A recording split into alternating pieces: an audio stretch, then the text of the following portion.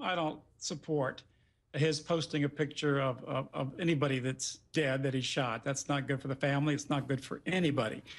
But I do understand how the man's getting kind of frustrated. He's been shot at. They've tried to kill him. He's been found innocent in a court of law.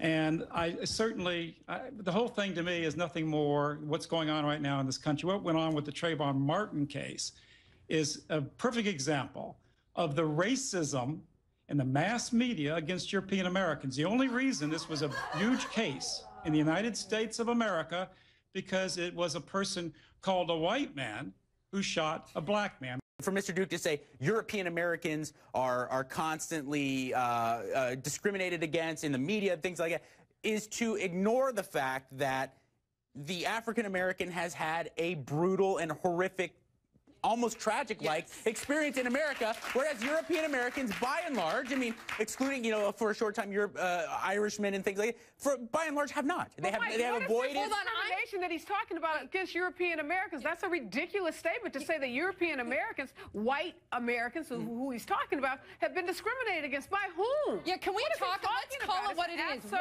is a European American activist? Is that a fancy word for a white supremacist? Yeah. No, it's not.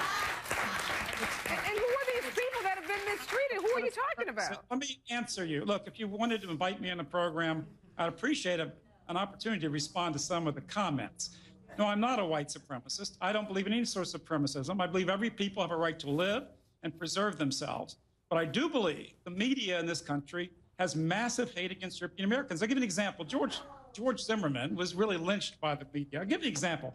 Here's the picture that was shown primarily by the press around America and around the world of the victim of Trayvon Martin. It was a picture taken years ago when he was 13 years old. Here's the picture of the real Trayvon Martin close to the time of the death. I mean, he was a gangster. He was a child. I don't care if he's 11 or 14 years old. This young man was a child, and you're trying to show this picture as if some kind of justification as to why he's dead?